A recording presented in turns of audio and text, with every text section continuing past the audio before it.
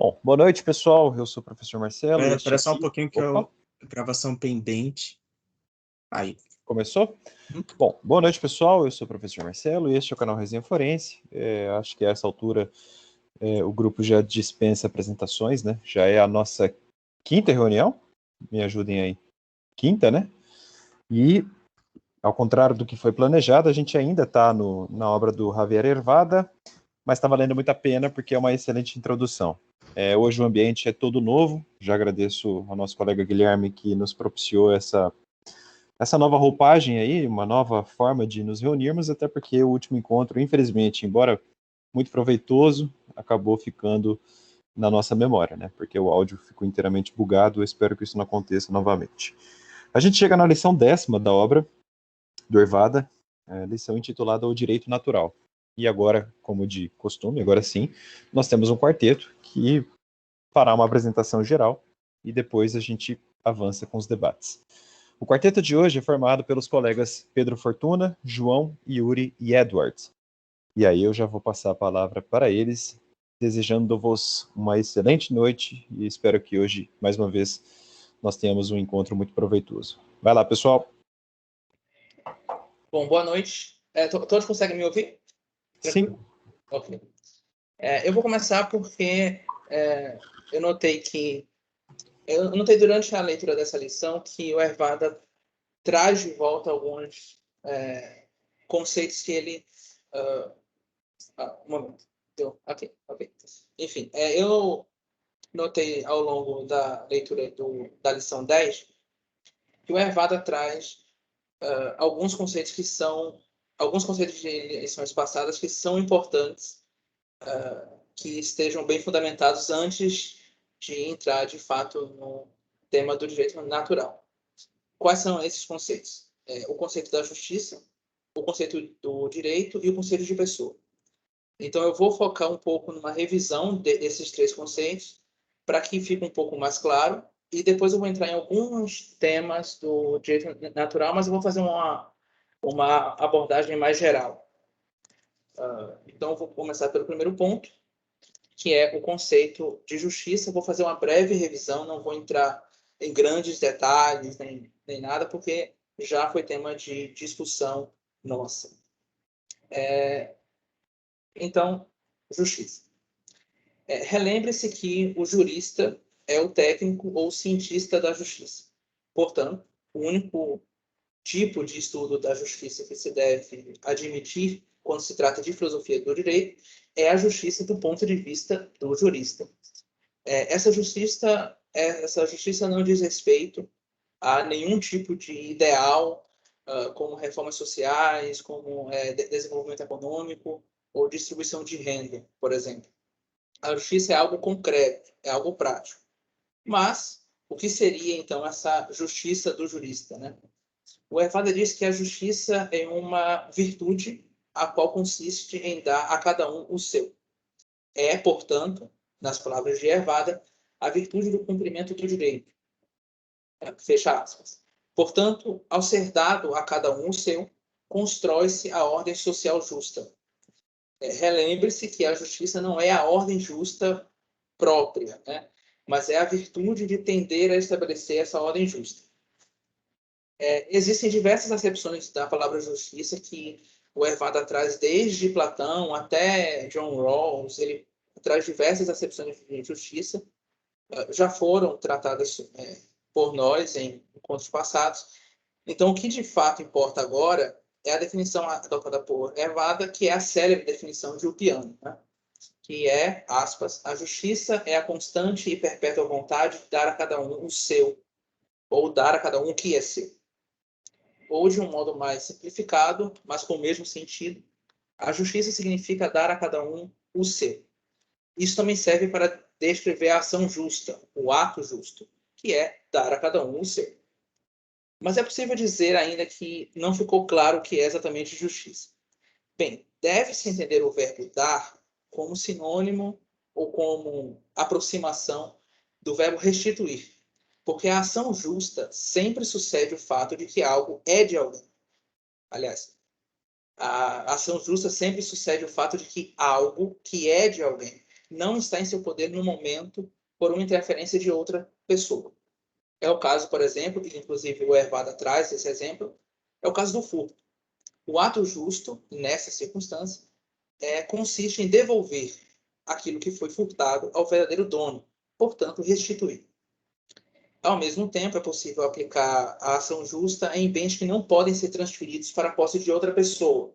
O Hervada também traz esse exemplo, que é a vida. Não se pode restituir a vida de uma pessoa, né? Nesse caso, segundo Hervada, a justiça consiste no respeito. O respeito a esse bem que é intransferível.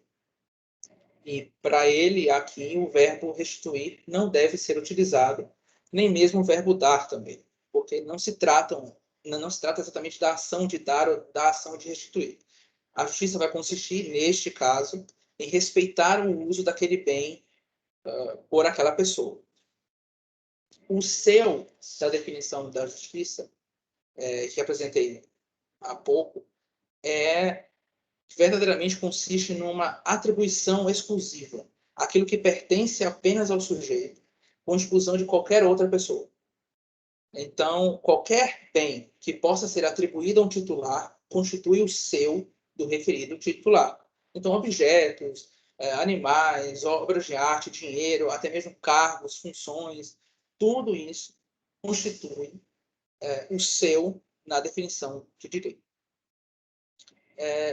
Portanto, tudo que é capaz de atribuição com exclusividade é o objeto da justiça.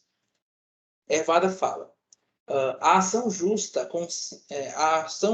acontece se, e somente se, existe um direito que tem de ser respeitado, se o titular tem algo seu que é preciso lhe dar. Portanto, a ação justa depende e, na verdade, pressupõe a repartição do direito. Ou seja, que o direito já está pré-constituído. A constituição do direito antecede a justiça. Não se pode dar, ou melhor, não se pode restituir algo a alguém que não seja antes dele. Né? Não se pode devolver algo a alguém que não tenha sido dele anteriormente. Portanto, essa repartição de bens é pressuposto da justiça. Por isso, o jurista é aquele que sabe como os bens estão repartidos e sabe, portanto, a quem pertence cada coisa, podendo, então, restituí-la caso seja necessário. O direito, nesse caso, portanto, é a coisa justa, ou justo. Isto é, o que pertence cabe a um sujeito que se transforma, porque cabe a ele, em titular.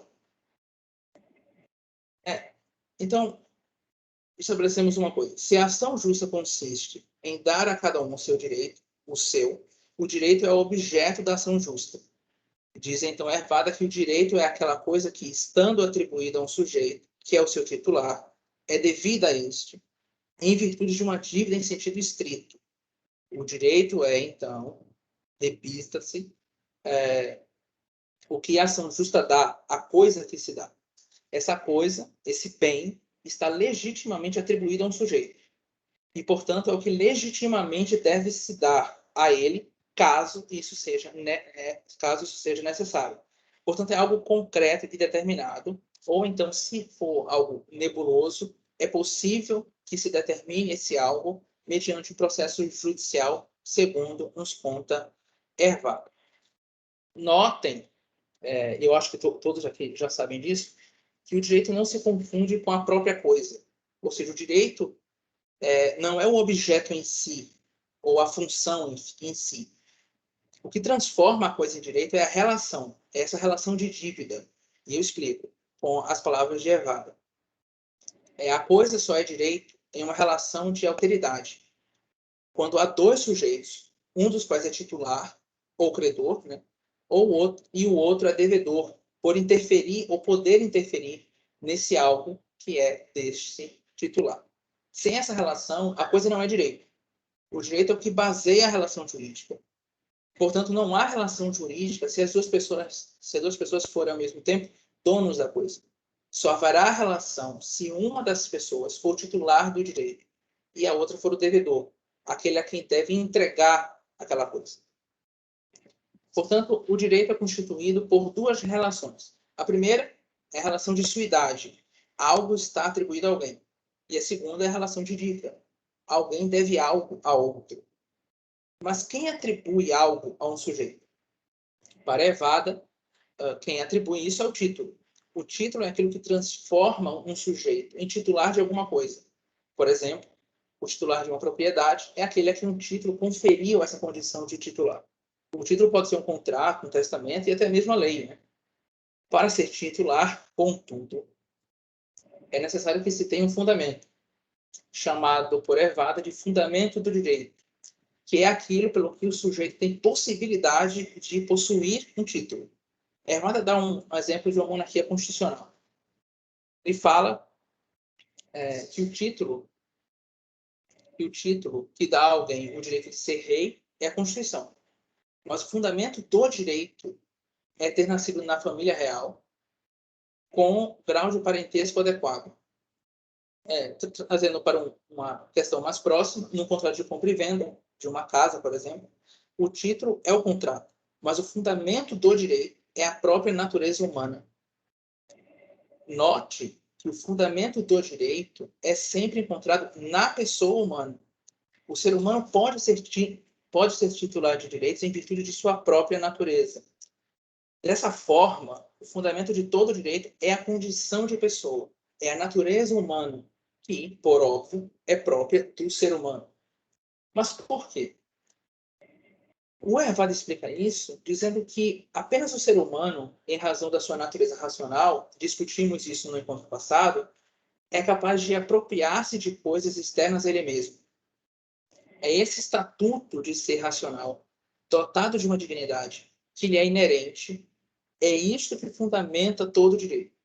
É essa dignidade, que inclusive foi, durante muito tempo, o objeto do nosso encontro passado, né? É essa dignidade que dá origem a uma outra relação de suidade. Se o ser humano, a pessoa, é dotado de dignidade, isso quer dizer, por óbvio, que todo ser humano é digno. Evada explica que, quando dizemos que alguém é digno, estamos dizendo que merece um tratamento adequado e que há comportamentos adequados e inadequados.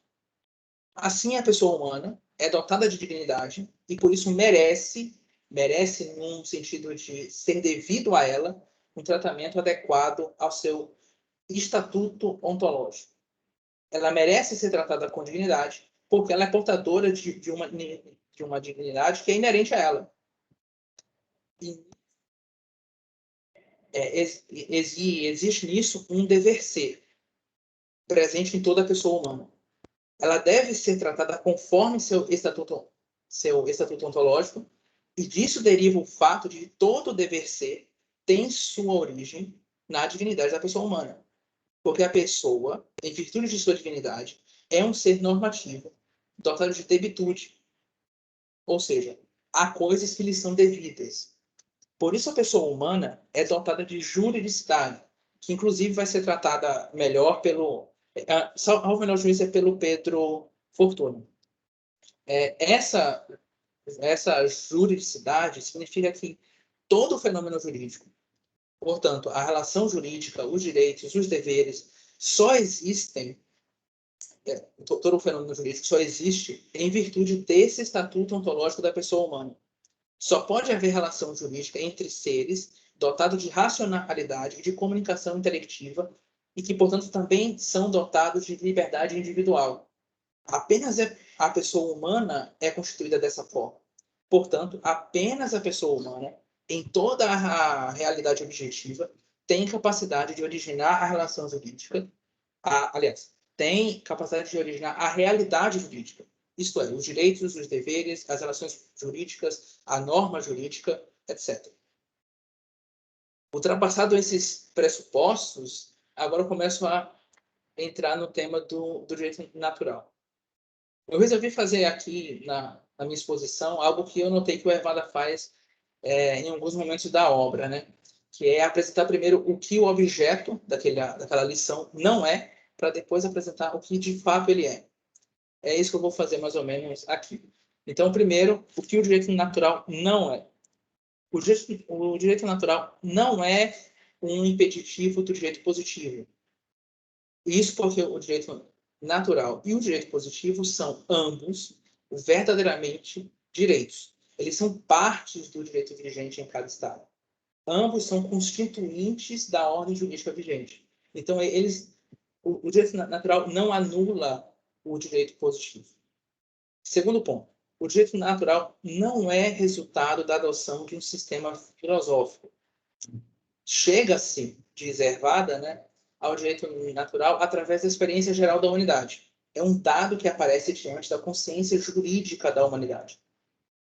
Dessa forma, o homicídio não é errado, ou seja, não é errado e justo, porque é o que ordena um sistema filosófico em particular, ou porque assim determina o Código Penal.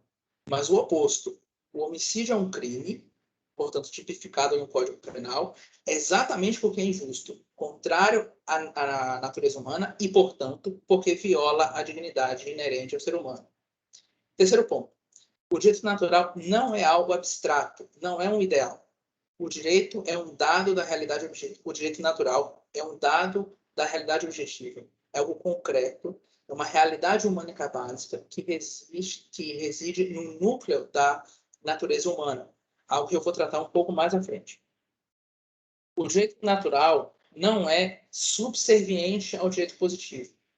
O direito natural serve como fundamento de cada sistema jurídico. É a parte natural do sistema jurídico. O direito positivo é uma construção cultural do homem em sociedade.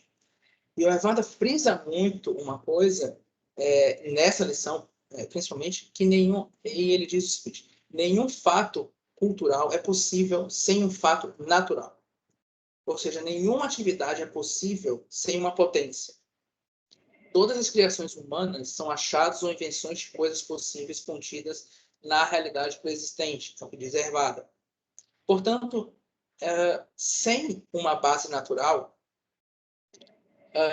não é possível haver um fato cultural. O direito natural possibilita a própria existência do direito positivo. E Hervada explica isso dizendo o seguinte, apresentando, na verdade, uma aporia, né? Ele diz que se não existe o direito natural, não existe o direito positivo. Se existe o direito positivo, necessariamente existe um direito natural. Ora, o natural faz parte do ser. Portanto, imaginar que sem a ordem do ser é possível uma ordem do dever ser é fundar-se no nada. Porque tirando o ser, não resta nada. O positivismo está, e aqui agora eu cito o José Luiz Delgado, que era um professor da minha faculdade, ele já se aposentou, ele tem um curso de Direito Natural, e ele diz o seguinte: o positivismo está fundado sobre o nada. Por isso, pode ter qualquer conteúdo, pode incluir qualquer determinação. Não haverá, para o dever ser, nenhuma base, nenhum critério, nenhum fundamento. É algo, inclusive, que a Simone Goyar Fabre, que tem um livro chamado Fundamentos da Ordem Jurídica, diz. Ela fala o seguinte: o positivismo é um antijuridismo, porque o conceito de direito no positivismo, a pretexto da neutralidade positivista, nega o direito. Assim, quem define o justo é a lei. Portanto, a lei é justa porque é lei. Desta forma, o direito positivo só tem uma dimensão técnica e instrumental. O direito passa a ser algo meramente burocrático. E isso diz Goyar Fabre que um direito que se resume à decisão do legislador se torna tão atrofiado que reflete apenas um anti-humanismo. É um direito sem fundamento no ser, portanto, é um direito anti-humano, o que significa negar o caráter fundamental do direito, que é a pessoa humana, como vimos. Isso é o que o direito natural não é. Mas o que seria, portanto, o direito natural? Pois bem, eu disse no início que a dignidade da pessoa humana dá origem à juridicidade que é inerente a todo ser humano. Essa dignidade, como eu já falei, é fundada na própria natureza humana, na própria condição de ser humano. Cada pessoa, em particular, na verdade, tem uma dignidade a ela inerente. E essa dignidade é possuidora de uma ordem do dever ser, que se manifesta numa relação de intimitude e exigibilidade. O Hervada fala, então, e definindo de um modo bastante sintético, mas que diz muito sobre a visão dele do direito natural, ele fala o seguinte: o direito natural é, portanto, a expressão jurídica da dignidade da pessoa humana. Nesse sentido, tudo aquilo que é devido a uma pessoa, pelo simples fato dela ser uma pessoa, de ela ter esse estatuto ontológico próprio de toda pessoa humana, é o direito natural. Ao conjunto dessas coisas devidas, que pela própria natureza dessas coisas é adequada à natureza humana, dá-se o nome de direitos naturais. Por isso que, para São Tomás de Aquino, segundo Hervada, os direitos naturais são aquelas coisas que, por sua natureza, são devidas ao homem segundo sua natureza humana. Mas existe, para Hervada, um direito natural fundamental. Ele dá origem a todos os outros direitos, a todos os outros direitos naturais. Qual seria esse direito natural fundamental? É o direito a ser. Deste desse direito natural fundamental, o Hervada dá outros direitos naturais que se originam desse direito natural fundamental. Ele cita aqui o direito à vida, à saúde, direito à esfera da liberdade, direito aos fins naturais do homem, ao desenvolvimento de sua personalidade. Mas eu não vou entrar nesses direitos naturais específicos.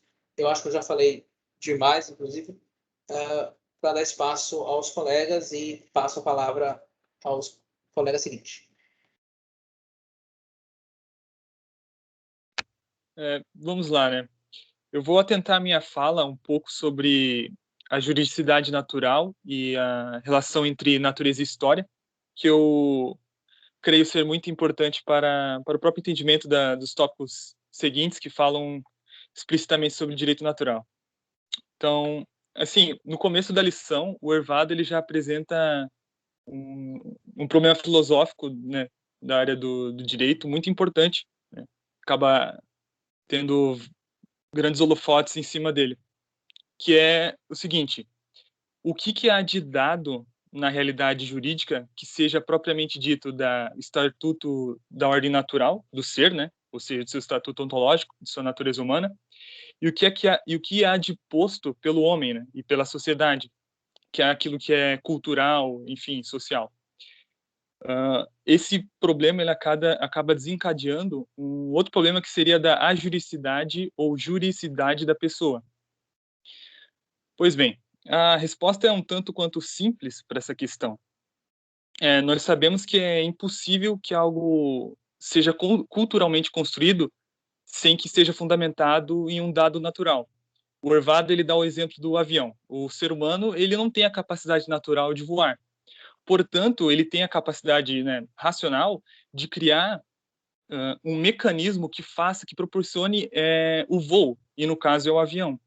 No entanto, o avião mesmo ele tem que estar fundamentado para que ele funcione, para que ele desempenhe a sua função, em leis naturais, que no caso são as leis da física. Aí que tá. Nós conseguimos, então, tirar um dado da... Nós podemos fundamentar a realidade jurídica na própria natureza do homem. Porque se aquilo que foi construído culturalmente acaba se fundamentando nessa natureza, as próprias leis positivas, o direito positivo, ele pode ser, então, fundamentado nessa natureza humana. E o próprio Hervada ele vai dizer que a realidade jurídica, culturalmente falando, né, aí incluindo as relações, os direitos, ele só tem a sua razão de ser, a sua razão de vir à tona, por conta do núcleo radical de juridicidade natural no Estatuto Ontológico do Ser. Ou seja, em outras palavras, se esse núcleo natural não existisse, não existiria o fato cultural do fenômeno jurídico, por assim dizer. Então, esse é o problema que pode ser resolvido até de maneira simples sobre a juridicidade da pessoa. Nós conseguimos tirar essa realidade jurídica cultural, por assim dizer, o direito positivo, justamente da natureza do ser, justamente dessa juridicidade que existe na ordem do dever ser, que se encontra na natureza humana. E adiante, agora já entrando ali na questão da relação entre natureza e história, o Hervada ele vai apresentar de início a ideia do historicismo, né, que basicamente afirma que o homem ele é dotado de suas próprias e diferentes características e ele não pode ter uma natureza permanente que seja comum a todos os seres humanos. Pois bem, nós conseguimos afirmar que o homem é um ser histórico, não exclusivamente histórico, mas ele tem um aspecto de historicidade. E com isso é evidente que ele evolui e muda com o passar do tempo. No entanto, isso não nega o fato de que existe uma natureza imutável em relação ao ser humano, né? Que ela não muda com o passar dos tempos, evidentemente, e que ela acaba sendo universal a todas as pessoas. Pelo contrário, a natureza, portanto, né? Aliás, desculpa, a natureza e a história estão unidas, até mesmo porque a unidade é um transcendental do ser. Então, evidentemente que se o ser é dotado de uma natureza humana, e se ele também é um ser histórico, por esse transcendental de unidade, a própria natureza e a própria história estão em um campo harmonioso. Com isso, nós podemos afirmar que a natureza ela acaba tendo pode proporcionar a história. A própria natureza ela humana é a raiz da origem da história, porque o homem muda obedecendo essa maneira natural de ser. Então, a história ela torna em ato aquelas potências naturais do ser. E, enfim, essa questão aqui de natureza e história, a própria natureza do ser, ela dá origem à história. A história propriamente dita, ela acaba mudando as potências naturais em ato no decorrer com o passar das eras. Enfim, passa a palavra para o próximo. Opa, boa noite, primeiramente, né? E eu queria comentar um tema que o Yuri comentou, acho que ele abrangeu, tanto que passou, assim, deu uma aula, para mim foi uma aula maravilhosa sobre a lição. E eu acho que é o último ponto do número 2, um trecho que foi até lido no encontro passado, que agora eu não vou lembrar quem foi que leu, mas era a letra E, que era: negar a juridicidade natural da pessoa humana só tem sentido se for negar a dignidade da pessoa humana, ou se ela for esvaziada de conteúdo. Aí eu fiquei pensando nessa questão da historicidade também, na ideia nas divisões, acho que as 3 primeiras divisões do direito, né? Que seria Grécia, Roma e a parte da Idade Média. E eu não sei se vocês tiveram a mesma leitura, o entendimento, né? Mas eu notei que, em tese, eles pensavam muito igual, nesse sentido das duas leis, que seriam a lei positiva e a lei natural. E nesse último parágrafo, eu achei extremamente interessante, porque evidentemente mostra que o Hervado não gosta muito do positivismo, e para mim já é um erro assim crucial do positivismo hoje em dia, que nega algo que ele é extremamente necessário, né? Porque, como o Yuri comenta, e o Hervada insiste muito nesse tema, que é sobre o direito positivo só pode existir com base no direito natural. Então não tem saída, né? Então eu achei até um pouco cômico quando ele fala que se elas fossem vaziadas de conteúdo, justamente, seria um nada, né? E eu, assim, pensando em hoje em dia, né? Eu acho que seria essa ideia, a ideia da questão do aborto, principalmente no início, né? Das discussões sobre o aborto, de que se eu esvazio o conteúdo do ser humano, ele é um mero nada. Mas aí também, utilizando dessa premissa, aí voltaria naquela discussão que a gente já teve sobre a pena de morte. E eu achei, para mim, foi extremamente, assim, esse parágrafo não digo que resume, né? Mas é assim, extremamente imprescindível não passar por ele, né?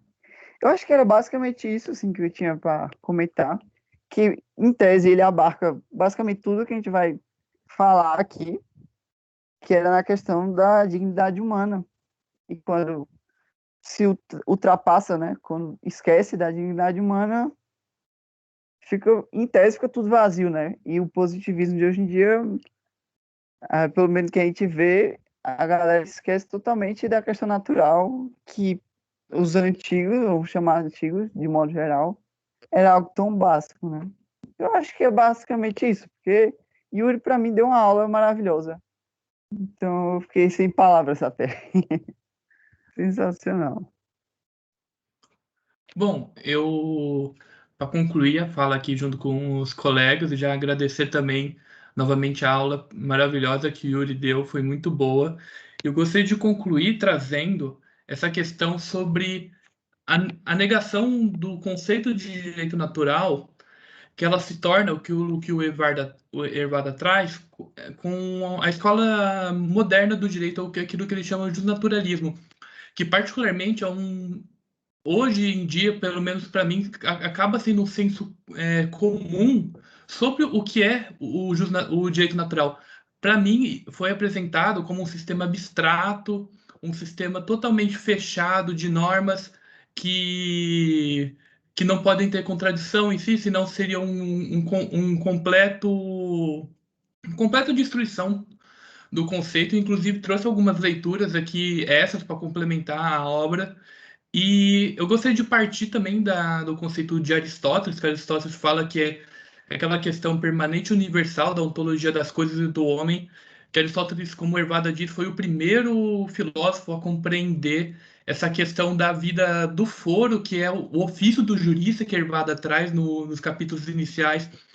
Inclusive, eu gostaria de fazer uma indicação para quem gosta de literatura do livro As Vespas, de Aristófanes, que ele traz justamente essa questão do dia a dia, uma decadência do jurista dentro daquela noção de democracia grega que muito, era muito forte na época. E eu gostaria de trazer essa questão do sistema. Um autor que compreendeu muito bem esse conceito de que o direito natural seria um sistema fechado foi Kelsen. E por isso eu gostaria de trazer um trecho da Teoria Pura do Direito, que eu gostaria de ler aqui, dele trazendo, ele explicando de uma forma bem sucinta esse conceito e ele atribuindo como se fosse somente esse o conceito do direito natural e não trazendo toda essa tradição que nós estamos discutindo aqui. Ele fala disso no capítulo da dinâmica jurídica, na página 218. A minha edição é da Martins Fontes.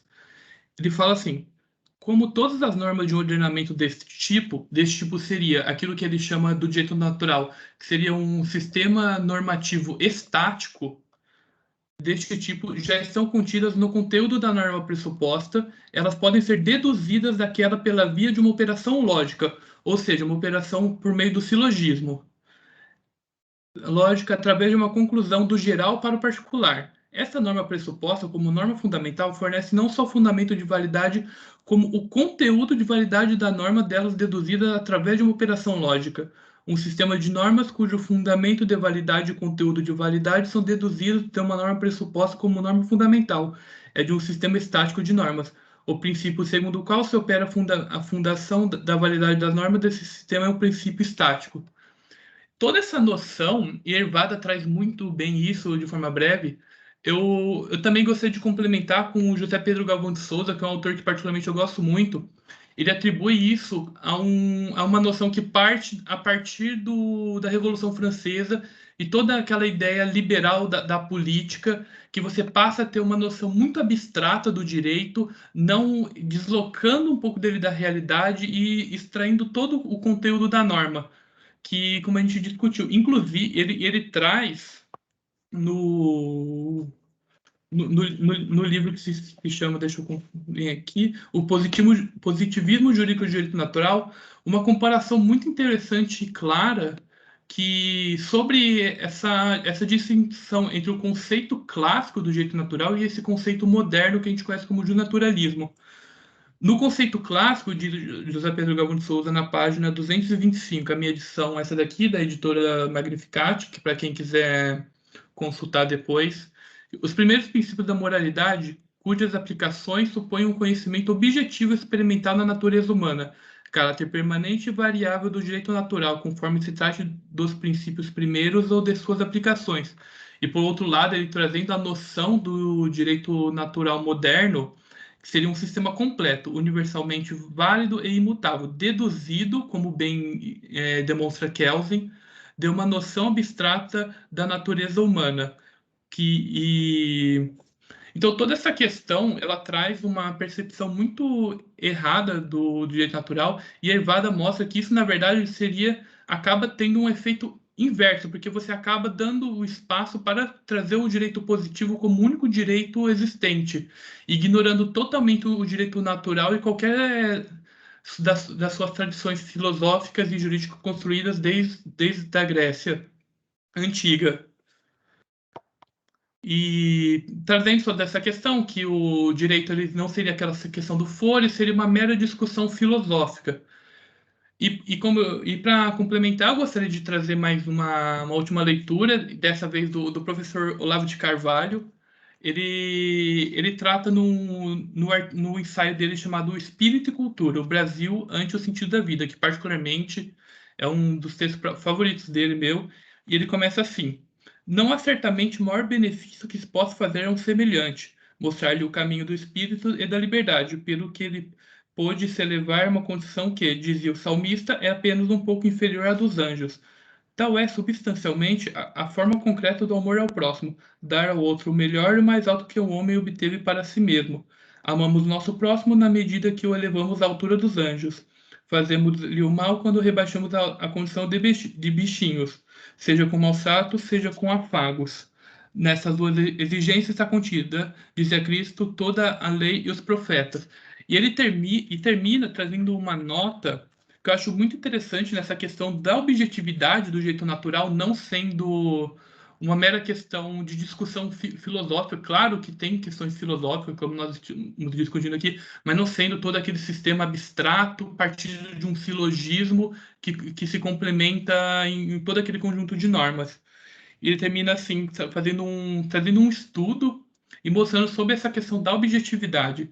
No começo do século XX, houve uma série de antropólogos que saíram pelo mundo fazendo recenseamentos dos usos e costumes dos vários lugares. Quando notaram que aquilo era proibido no lugar, era obrigatório no outro, tiraram a conclusão de que todas as normas eram culturalmente relativas. Isso foi especialmente divulgado no mundo por Margaret Mead e Jules Benedict. Eles fizeram um sucesso tão grande que, hoje em dia, essa convicção do relativismo antropológico é tido como um dogma. Todas as morais são culturalmente relativas. É no mínimo curioso que nunca ninguém tenha feito a seguinte contraposição: me aponte uma sociedade onde o homicídio seja legítimo, ou me aponte uma sociedade onde o casamento seja proibido, ou me aponte uma sociedade onde qualquer forma de conhecimento seja proibido. Simplesmente não existem tais sociedades. Quer dizer que, por baixo da variação ocidental de normas aqui ou ali, existe uma infinidade de normas universais que nunca foram contestadas por civilização ou cultura alguma. A lista de regras e normas permanentes é infinitamente maior do que as normas variáveis. Isso eu achei bastante interessante, que ele traz concretamente essa noção que nós discutimos aqui do direito natural. Por mais que o direito positivo, como bem demonstra Aristóteles, que é uma construção cultural, que é em diferença com o direito legal, com o direito natural, você consegue, por mais que uma variação local, você tem algo permanente, algo que parte da natureza humana e que é uma realidade em si, não é algo construído, que você somente entende a partir da dignidade da pessoa humana e a partir dos conceitos filosóficos que nós estamos utilizando aqui para estudar. Bem, essa é a minha fala. Eu agradeço pelo espaço para compartilhar. Muito bem. Bom, elogiei todo mundo no chat, e como o João foi o último, elogio verbalmente, assim. Gostei do jeito como você explorou ali a obra do Kelsen, e essa passagem final ali me fez pensar em outros filósofos. Alguém ergueu a mão ali, foi o Ruiz, é isso? Vai lá, Ruiz, pode falar. Isso, beleza.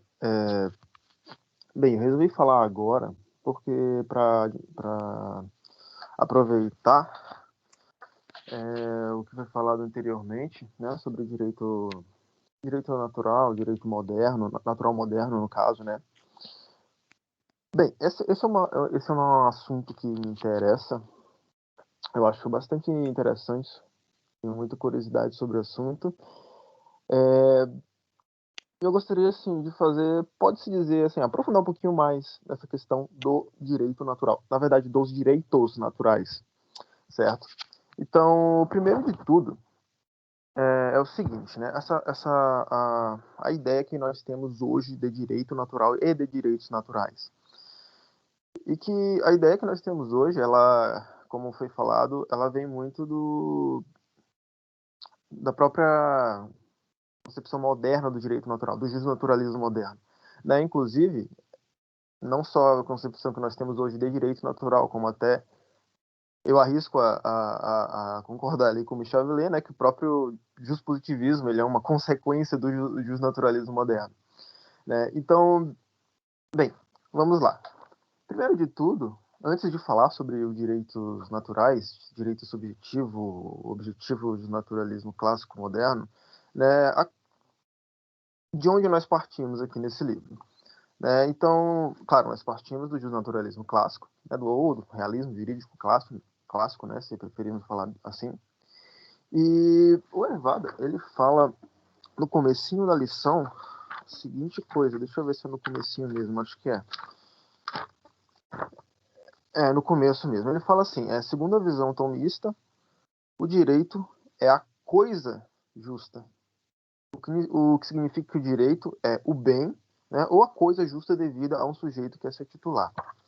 Primeiro de tudo, então, é muito importante mesmo a gente entender isso. O direito, ele é a coisa justa. Né? Ele não é, como eu vou falar daqui a pouco, ele não é ele não é uma faculdade do indivíduo, né, como se costuma pensar. Ele não é um poder que o indivíduo tem ou uma reivindicação que o indivíduo tem sobre algo. Quer dizer, todas essas coisas são parcialmente verdadeiras, na verdade são, mas não é isso que é o direito. Certo? Aqui ele está falando do direito, jus.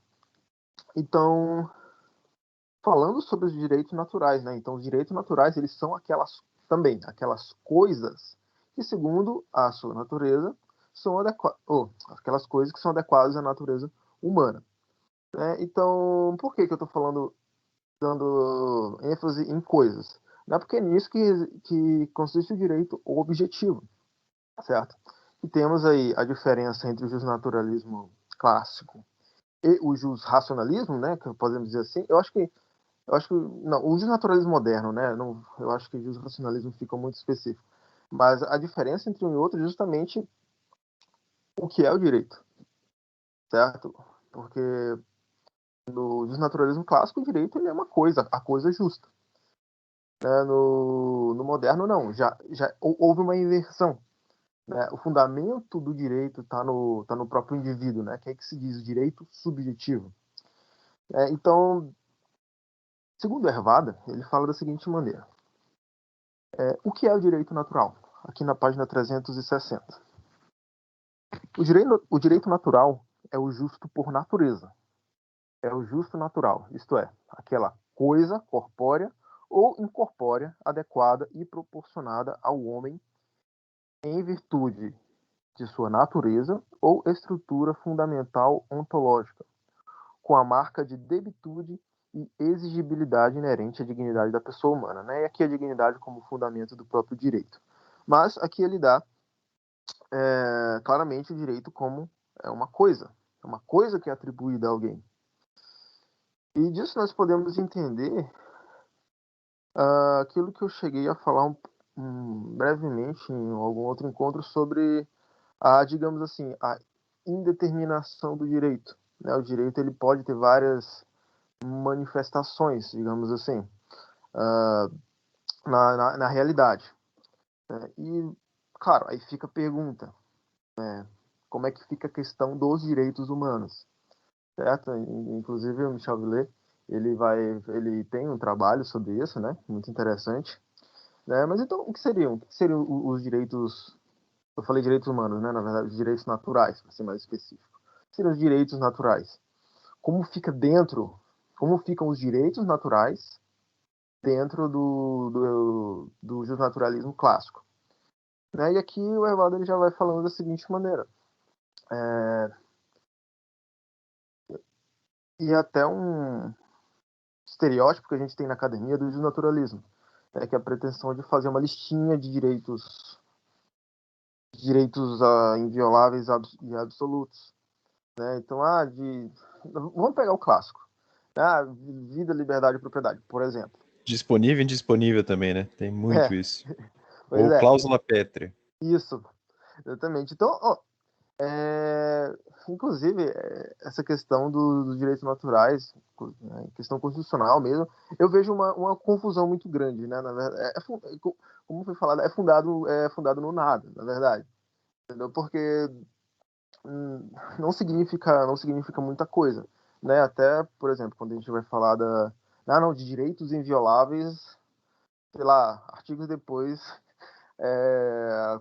a Constituição, por exemplo, prevê claro que não é violação, né? Digamos assim, a relativização dos próprios direitos, né? Que foram colocados ali como invioláveis. Mas isso é uma coisa que é tranquilamente admitida, né? Ponderação dos direitos e tal e tal. Mas, enfim. Onde eu tinha parado? Tá, então como é que ficam os direitos naturais? Certo? Então, primeiro de tudo, a Evada já fala que a gente tem que parar com essa... ele chama de... Na outra página ele fala que é tentação, né? Tentação que a gente tem de fazer a listinha de direitos, disso, daquilo. E, não.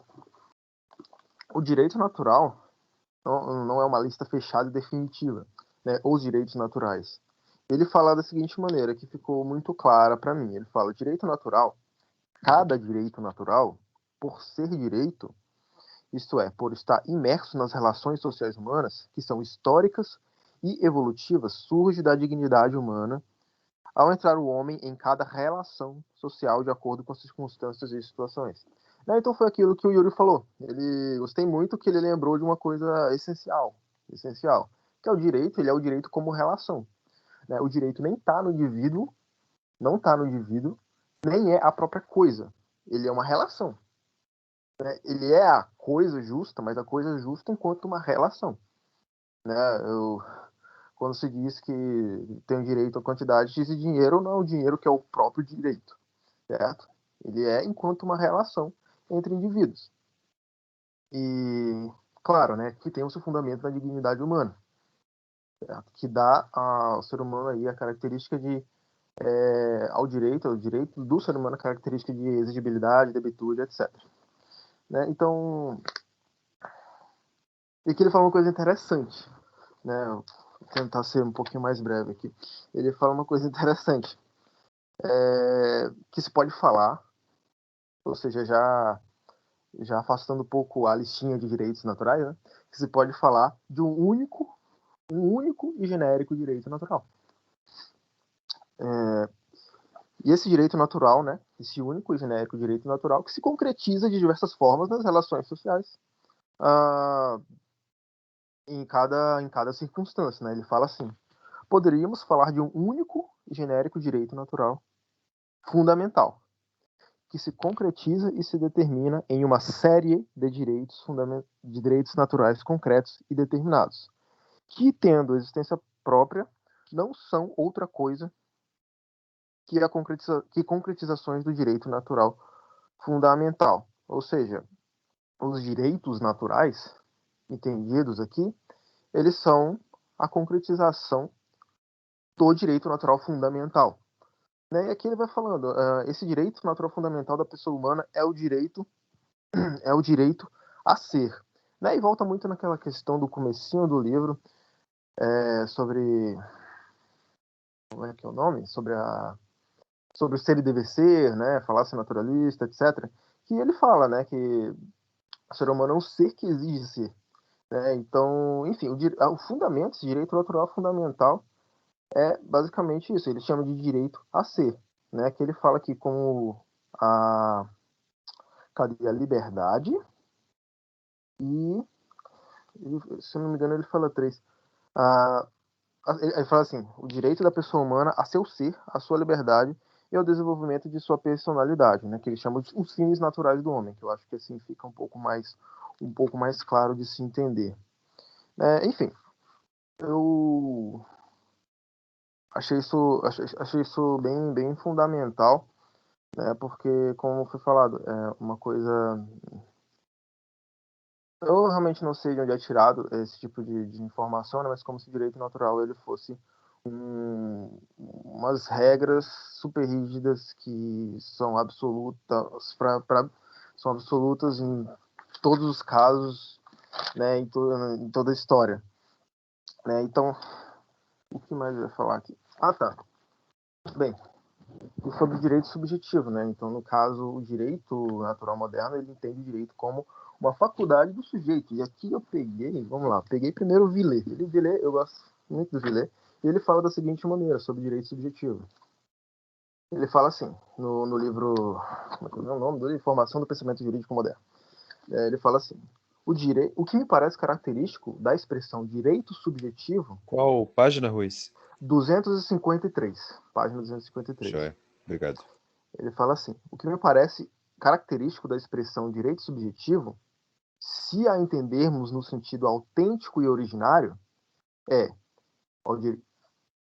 ao direito subjetivo ai meu Deus, cadê? É que ela aplica o selo, a rubrica do jurídico, a uma faculdade do sujeito, a um de seus poderes. É isso o direito subjetivo. É uma faculdade do indivíduo com um selo de jurídica. Né? Ou seja, o indivíduo tem poder e aquilo é jurídico, certo? Ou seja, é fundado no próprio indivíduo, o direito. Isso é uma confusão total. Se não uma confusão, não digo confusão, né? Porque pode ser que muitos dos grandes juristas ou filósofos mesmo tenham entendido isso, mas eu digo que é pelo menos uma inversão. Né? Uma inversão. O direito ele deixa de ser a res justa, né? Que o Hervada fala, o próprio jus, para ser algo, uma faculdade do indivíduo.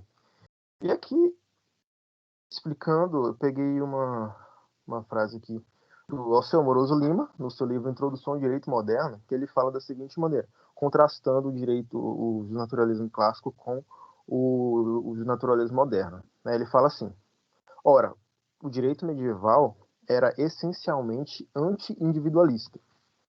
A palavra jus tinha apenas o sentido objetivo que lhe vinha de origem. Quando ele fala anti-individualista, no caso aqui no contexto é não fundado, justamente que a gente está falando não fundado no indivíduo, né? Mas como sendo o direito como objetivo, a coisa justa. Continuando, é aqui que eu quero chegar. Ele fala assim, quando São Tomás quer exprimir qualquer direito subjetivo, como de legítima defesa ou de propriedade privada, ele emprega os termos listum ou potestas, mas nunca o ius. Ou seja, parece que a gente andou para trás. Aqui em São Tomás, as coisas estavam bem determinadas e separadas. O direito natural moderno misturou as coisas ou inverteu as coisas, né? Então estava bem separado aqui, pelo menos em São Tomás, como explicou o autor, que o direito subjetivo ele não é o próprio direito, ele não é o ius, né? E é isso que o direito natural veio a transformar, o direito natural moderno veio a transformar depois. Ou seja, o direito fundado no indivíduo, o direito como uma faculdade do indivíduo que é jurídica. E, enfim, eu queria só falar um pouquinho sobre isso, né? Porque, de novo, falando do Villet, lendo um pouco do Villet, até a própria formação do pensamento jurídico moderno, a gente entende que isso vai ser o próprio fundamento do positivismo jurídico. Certo? O direito fundado no indivíduo vai ser o próprio fundamento do positivismo jurídico. O direito natural moderno, ele acaba como sendo transição, né, do justnaturalismo para o próprio positivismo jurídico, né, que é o voluntarismo, é o direito fundado no indivíduo, no poder e, enfim, na vontade do indivíduo. Aí que tá, vontade de quem, né? A vontade pode ser tanto do indivíduo no estado de natureza, como pode ser dos indivíduos fazendo contrato social, como pode ser do próprio estado, enfim. Né? Então, eu considero essa questão do direito subjetivo, mudança do direito objetivo para o subjetivo, como fundamental para a gente entender o próprio positivismo jurídico, porque é ela que vai preparar o terreno para o que temos na modernidade, positivismo jurídico, e o que temos hoje também. Então, isso era tudo que eu queria falar. Muito obrigado, Ruiz. O Márcio havia levantado a mão, mas ele tirou. Então eu vou dar a vez ao Guilherme, que manteve a mão levantada. Beleza? Vai lá, Guilherme. Eu tô tentando aqui me fixar, mas acho que não é possível. Como eu que tô administrando, mas não tem problema. Eu queria fazer, ainda com essa ideia de interagir com o grupo que apresentou, fazer uma pergunta. E, claro, reconhecer, primeiramente, que foi uma ótima, belíssima apresentação. Muito boa mesmo. Só que eu queria entender por que vocês não trouxeram tanto, se é porque vocês discordam, se é porque vocês não viram tanto interesse nesse assunto, a questão da razão natural e o direito natural. Essa conexão entre a razão e o direito. Eu queria entender o que vocês acharam da posição do Villei, quer dizer, do Villei não, perdão, do Hervada, e quais seriam possíveis críticas que vocês fariam a essa posição, se há críticas que vocês apontariam para nós nessa noite.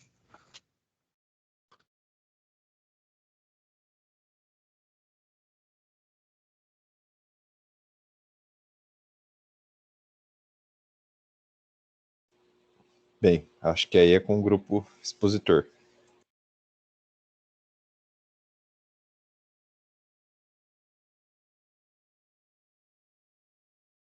Guilherme, só para tentar dar uma relembrada, onde que tá, mais ou menos, só para eu dar uma batida de olho?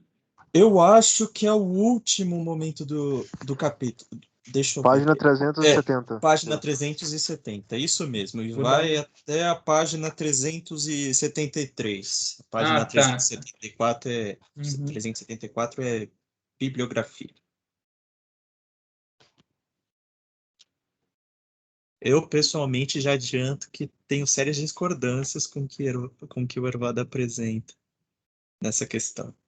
Ah, mas depois você vai ter que explanar, então. Explaná-las. Enquanto os caras pensam aí, você já pode ir falando, Guilherme. Mas, eu acho até que eles não, em defesa aí, vai, ou aliviando a barra deles, é que também não foi tanto o foco do capítulo, a meu ver. 4 É. páginas num ambiente de tantas outras coisas, enfim, né? Eu concordo com o professor, eu não dei tanta atenção assim a essa parte, porque eu acho que foi uma exposição pequena. Agora, olhando por cima, talvez. Eu lembro do segundo ponto ali que ele traz, né? E eu acho que eu discordo um pouco ali na questão da razão teológica, enfim. Me pareceu um tanto quanto difícil de engolir, sei lá. Eu vou seguir um pouco nessa parte que eu acabei dando um pouco mais de atenção para as outras. Eu acho que se eu vir a comentar, não seria muito, como poderia dizer, seria muito achismo da minha parte. Eu acho que eu não estaria tão preparado para dizer muito além do que eu acho, sem estar muito focado aqui no texto. Mas é um assunto muito interessante, Guilherme. Eu tenho que concordar com você. Eu não consigo ver quem está com a mão levantada, professor, mas aparece que tem alguém. Acho que é o Gabriel. Gabriel. É o Gabriel. Sou eu. É o Gabriel. Guilherme, eu vou ler um trecho aqui que eu acho que introduz essa discussão que você quer jogar no grupo, que é a questão da... Ele fala na página 349, que no comecinho lá, que cada preceito da lei natural é captado mediante um ato de razão. E, como a razão pode errar, os homens concretos podem cair em erro sobre alguns preceitos naturais. Por isso, embora a lei natural seja universal, o conhecimento concreto de certos preceitos pode não ser. Então, o que o Evada, ele aprofunda isso, né, no último ponto lá, e ele vai até falar sobre isso na página 373, que a compreensão do direito natural ela pode estar errada em alguns pontos durante períodos da história, e como pode estar errada agora, como pode ter sido errada na antiguidade, no período romano, na escolástica, e que, por ser objeto da razão, ele mesmo diz isso, que o direito é um objeto disso tudo, da razão, pode haver erros na compreensão do direito natural e do que é o direito natural. Então, eu não sei se é isso que você quer que nós que debatamos, Guilherme. Não diria nem que é tanto que fosse tanto isso. Isso até nós podemos, de uma certa forma, conceder, concordar. Afinal, direito natural, até mesmo por ser natural, por não ter sido posto, ele realmente depende de como nós o capturamos, conhecemos. Porém, e é nisso que eu, pelo menos, discordo do que Ervada coloca em praticamente tudo neste último momento do capítulo, em relação à razão natural. Já peço para que os colegas coloquem na página 372, mas antes de ler a questão F, que para mim é onde está um dos maiores problemas, claro, na minha opinião, não estou me colocando no nível do Ervada, mas pelo que eu já li em relação a isso, algumas coisas me saltam na mente, talvez até por uma visão equivocada minha, por isso, claro, peço para que os colegas que entenderem de uma forma diferente exponham também, mas me parece, pelo que ele coloca lá, que o direito natural procede de uma razão, mas de uma razão natural. Ele diz uma razão natural e ele deixa bem claro o que ele significa com isso. É uma razão que não foi construída. Não foi construída de forma alguma. Ou seja, que ele descobre, que ele conhece pela própria prática, pela própria observação da natureza humana. Isso já me parece um pouco estranho, porque ele vai dizer que não vem de um esquema filosófico, como ele diz, acho que na página 71. Não vem de um esquema filosófico, científico, cultural. Não vem também de um pressuposto religioso. Isso tudo nas palavras do Ervada. Eu estou condensando aqui, mas ele diz que não vem de um pressuposto teológico, de um pressuposto religioso, tampouco de uma construção filosófica, de uma razão especulativa. Ou seja, Ervada, ele dá a entender, pelo menos pela minha interpretação do texto, que parece que ele se faz muito claro nesse sentido, que se trata do conhecimento do conhecimento do direito natural por uma razão natural e, além de natural, uma razão prática, que me parece um ponto de vista semelhante a um pragmatismo. Mas você acha que ele não está usando razão prática aí no sentido aristotélico de prudência, talvez? Como é que é? Então, Perônesis? Eu não sei pronunciar no grego. eu entendo de uma forma um pouco diferente, porque ele trata de uma questão prática do tipo pela observação, por aquilo que eu observo nas atitudes humanas. Eu não acho que seja assim. Por quê? Porque pelo que você observa nas ações humanas, se, por exemplo, eu agora quiser ter contato com o direito natural, o que é o direito natural, observando as ações humanas ao meu redor, será que eu encontraria? Isso é um incentivo, né, para o debate. Será que eu encontraria o que é o direito natural pela observação somente? Ou por um sentimento? Me parece que nisso ele está equivocado, nessa questão de tirar o direito natural como uma coisa, como algo que se conhece por uma razão natural e prática. 2 motivos. Primeiro, a razão natural sabemos que é falha. Claro, isso conversa bastante com Kant, inegável. Eu acho que até a Andressa trouxe isso para nós, se eu não me engano. Ela pode, caso eu esteja falando bobagem, pode também falar. Mas ela trouxe porque realmente se parece um pouco essa questão dessa racionalidade por si, né? O professor também já fez comentários sobre isso em outras lives, acho que sobre Platão também, que seria interessante o apontamento dele nessa questão. Mas o que me parece muito estranho? Esse pensamento que até talvez, e nisso eu posso estar falando uma grande bobagem, mas me parece que ele tenta tornar laico o direito natural. Ele tenta tornar laico ao dizer, e isso eu cito ele diretamente, é claro, porque isso claro que para ele e para estudantes de direito comuns isso não seja tão sério, mas já que nós somos um grupo que já tem uma carga também religiosa, acho importante, isso é sério para nós. Por quê? Claro. Porque ele vai dizer que, abro aspas, se o direito natural fosse atribuído a uma única crença religiosa, Isso em qual página, Guilherme? isso é 370. Não é mais na 372? 371 e 372, é o finalzinho. Ah, tá. Tá? Começa assim.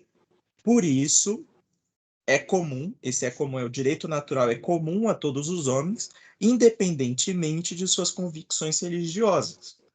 Aí ele confirma esse pensamento que eu tenho de que ele tenta tornar laico.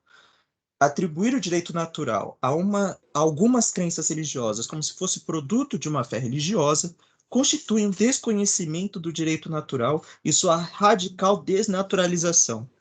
Do meu ponto de vista, a religiosidade é algo natural também.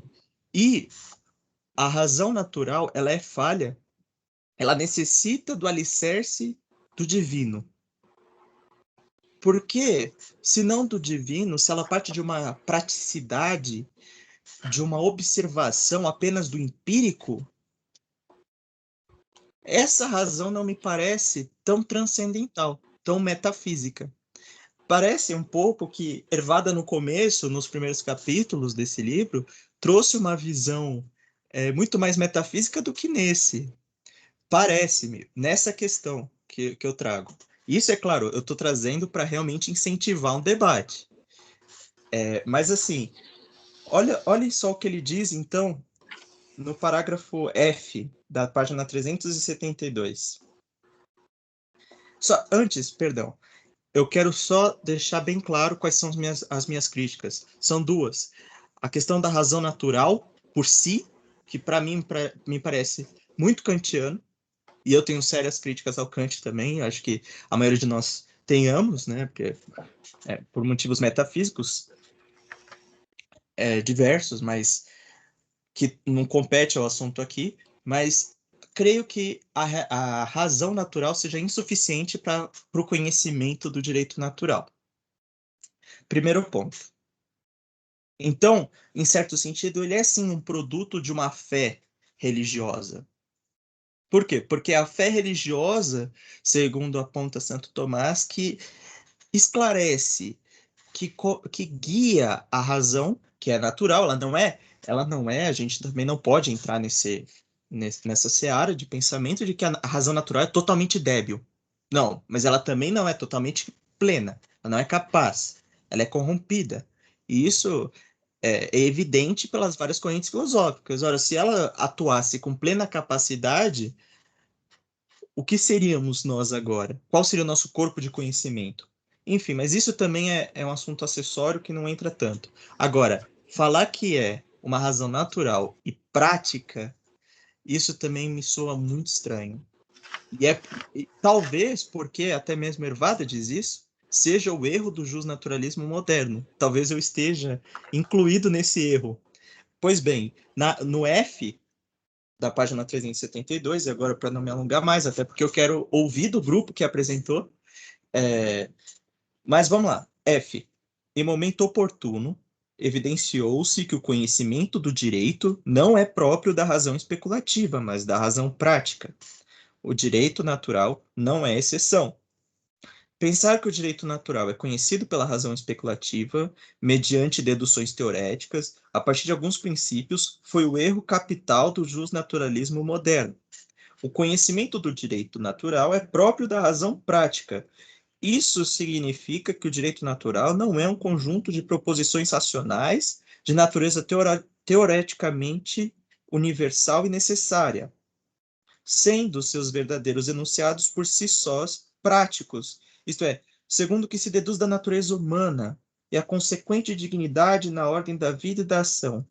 De certo, ao ser natureza humana universal e a mesma em todos os homens, é produzido, dissemos isso antes, um direito universal e comum. Porém, essa universalidade deve ser entendida no sentido de que, em determinados campos da ação humana, o dever ser inerente à dignidade do homem revela-se da mesma maneira. Enfim, me parece esquisito.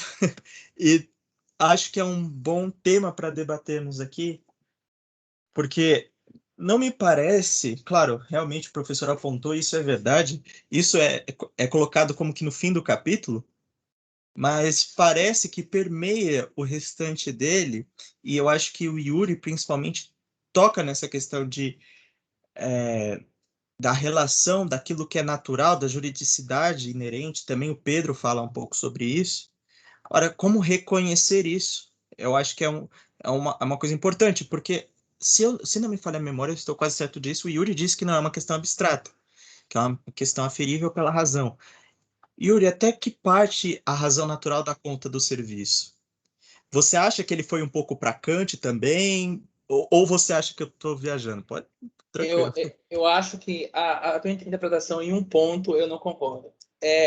Um ponto em que tu diz que não é possível encontrar o direito natural pela observação ao redor. Eu acho que quando o Hervada fala sobre encontrar o direito natural na observação, ele não está falando na observação de como as coisas estão, mas como as coisas deveriam ser. Isso a gente encontra na página 372, letra D, na quinta linha do parágrafo da letra D. Ele fala o seguinte: como já dizíamos, a razão natural descobre e desvela o dever ser da pessoa humana considerada em si mesma, não em seu estado social, produto da história e das construções culturais, nem em sua condição pessoal ou social, derivada de circunstâncias originais, pelo homem, pelos elementos sociais, enfim, etc. Portanto, eu acho que a concepção de Eva, a ideia de Hervada, ao dizer que a razão descobre o direito natural pela observação, pela observação de como deveriam ser as coisas, é pelo dever ser, é pelos fins naturais do homem, do ser humano, e não no que ele está no momento. Agora, em relação a essa ideia do Hervada de tirar todo o fundamento ideológico, teorético e do direito natural, eu acho que ele tenta dar uma purificação ao direito natural. Ele tenta construir uma teoria pura do direito natural, mais ou menos. Ele tenta tirar tudo o que é estranho ao direito para tentar colocar o direito natural como algo puro e separado de todas as teorizações de religiosidade. De fato, essa parte de considerar a razão natural como separada da razão teológica é um problema que eu vejo. Não achei que isso contamina toda a ideia do Hervada, mas é um problema. De Yuri, forma alguma. Desculpa, Guilherme, mas até só para acrescentar, logo depois do trecho que o Yuri acabou de ler, ele ainda fala assim: A razão é natural porque separa no homem o que há de agregado histórico-social, político-econômico-social, etc., e descobre e desvela o que é próprio da condição de pessoa, conforme está naturalmente dada. Eu não sei se é uma questão só de estilo, mas convém salientar que ele só citou histórico-social, político, econômico, cultural, etc. Quer dizer, ele esvazia aquilo que me soa como puramente imanental, né? Eu não sei se ao falar em razão natural, em razão prática, ele está esvaziando automaticamente qualquer sentido religioso.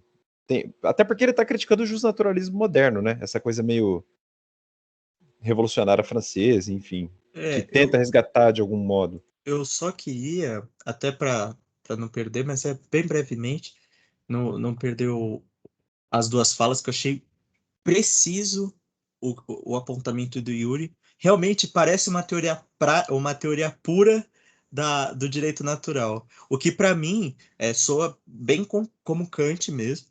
E em relação à religiosidade, Marcelo, professor, temos no final da página 371 que ele, na parte C, ele foca exatamente em esvaziar também do sentido teológico. Então, realmente é uma teoria pura do direito natural que, para mim, realmente acaba padecendo do mesmo problema de Kelsen. Onde que essa pureza vai se fundamentar? É o direito natural pelo direito natural, pela razão natural prática? Claro, isso não tira o mérito da obra excelente que estamos lendo até agora, mas apresenta uma visão talvez própria dele, até porque ele aponta esse problema que eu coloco como problema do justnaturalismo moderno. Há muito que se falar sobre isso, e então vamos ouvir os outros colegas também que É engraçado. que Não seria imperativo categórico, né? Seria um categórico imperante. Só uma inversão no mesmo ponto transcendente. Enfim, ouve o pessoal aí. Eu queria só fazer mais uma observação. Eu acho que ele hesita um pouco nisso, na página 371, no ponto C, citado pelo Guilherme. Ele vai falar o seguinte: o direito natural considerado em si mesmo não é um direito divino revelado, embora possa ser objeto de revelação. Então, pode ser ou pode não ser. Ele é revelado, mas ele pode ser revelado. Eu acho que... Eu queria Ô, falar Yuri, só justamente sobre isso. Eu Oi? queria até para dizer que eu não vi um problema nessa afirmação dele, Guilherme, porque assim como a ideia de Deus ela é alcançada pela razão, por exemplo, Aristóteles, Platão chegaram à ideia de Deus sem a revelação.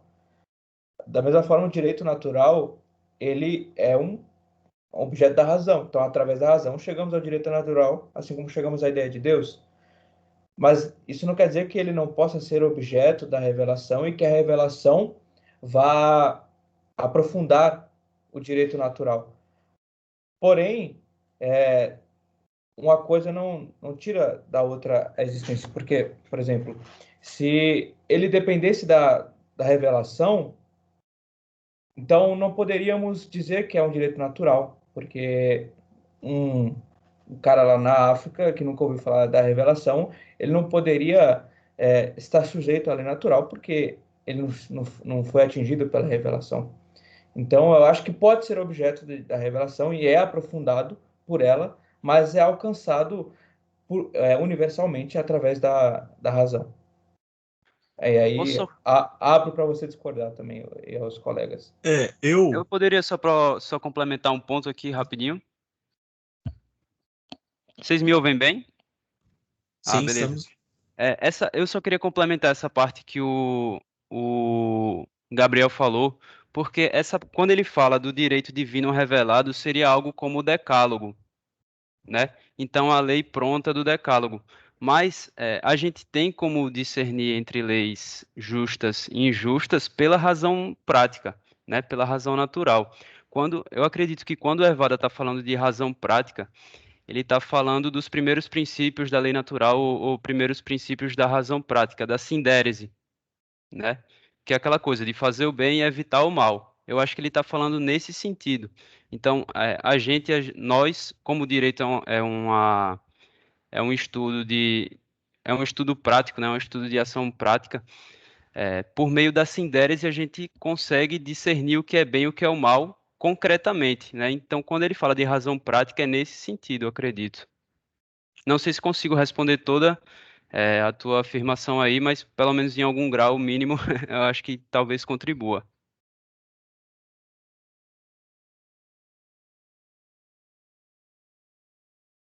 Bem, aproveitar. Tem dois com a mão levantada. Bem, Sim, aproveitar que eu tô falando aqui. ok. É o seguinte, bem, eu tô meio. Parece que eu fiquei um pouco. Vou dizer confuso, eu tô meio. Não sei por onde começar aqui, né? Tem muita coisa vindo na mente. Mas vamos lá. Primeiro de tudo, eu acredito que há um mal entendido. Mal entendido não, mas um julgamento equivocado sobre o pensamento do Evado, né? Porque ele mesmo critica, o próximo capítulo, para isso, ele critica a imanentização do direito, né? Então, ele fala assim, ele fala que o primeiro passo para o imanentismo é a negação da lei eterna, é isso que ele vai criticar aqui na página 400, logo no comecinho aqui da parte A, né? Ele fala, o primeiro passo para o imanentismo é a negação da lei eterna.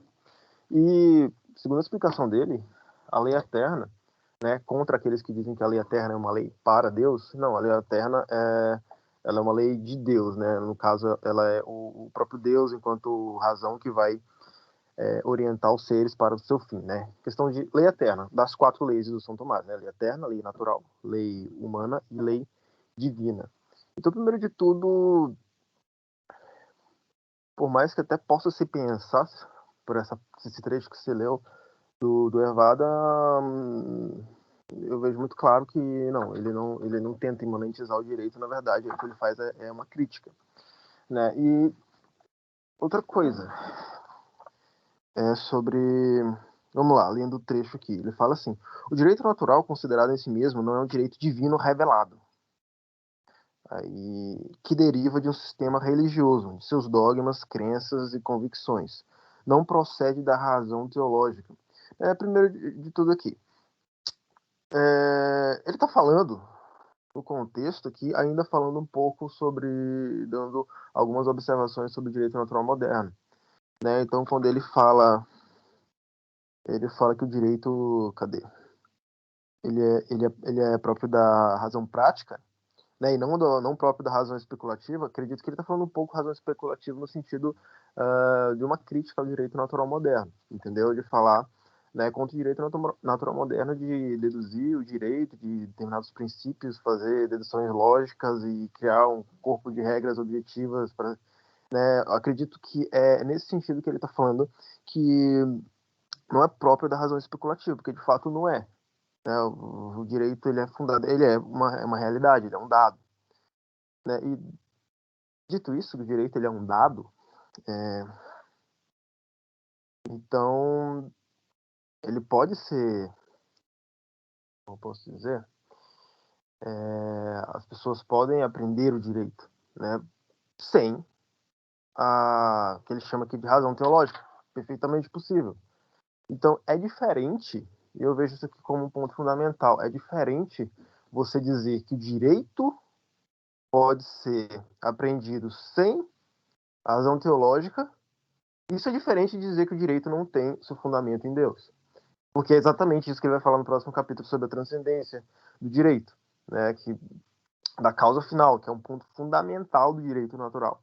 Certo? Um ponto fundamental que ele fala, em outras palavras, né? Mas acredito que praticamente todos os naturalistas clássicos que vão tratar do assunto, eles falam sobre a questão a imanentização do direito como o esquecimento da lei eterna, né? Que a lei eterna, como foi falado, é o próprio Deus, é a própria razão divina orientando os seres para o seu fim.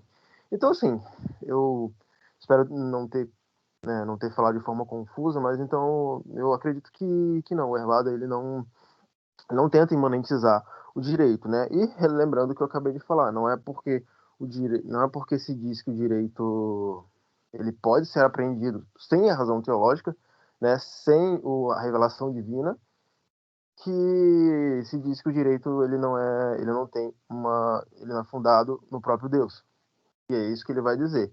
E aqui, para finalizar, só relembrando aqui o estudo das 4 leis, né, do Tomás de Aquino, né? Então, Michel Bastien, no livro O Nascimento da Lei Moderna, ele até fala, né, ele vai falando um pouquinho sobre cada lei, sobre a lei eterna, a lei natural, a lei divina e a lei humana. Ele fala que tem um motivo, ele acha que tem um motivo específico para a lei divina, ela vir aqui por último, né? Porque a lei divina não é a mesma coisa que a lei eterna, certo? Então, a lei eterna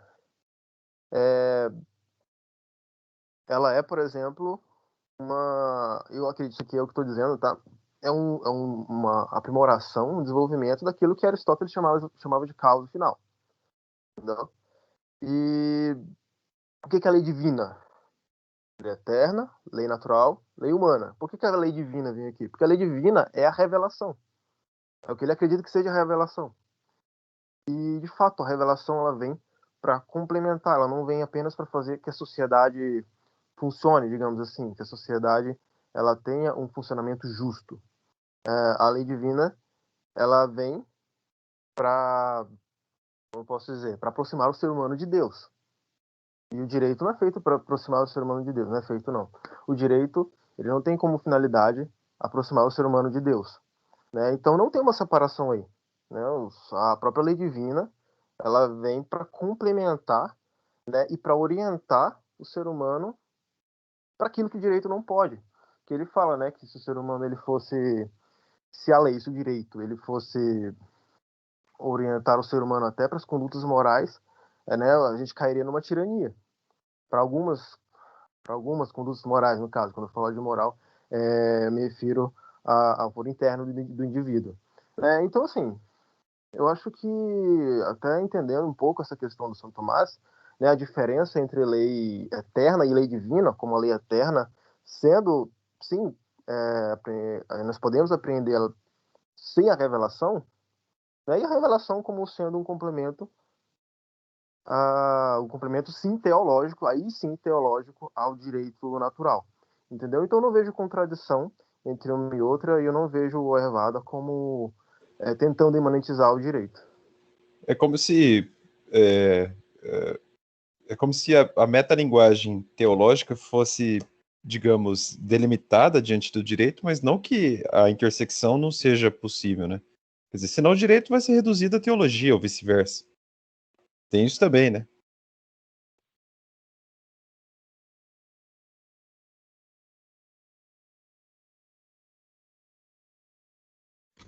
Falta agora o Márcio.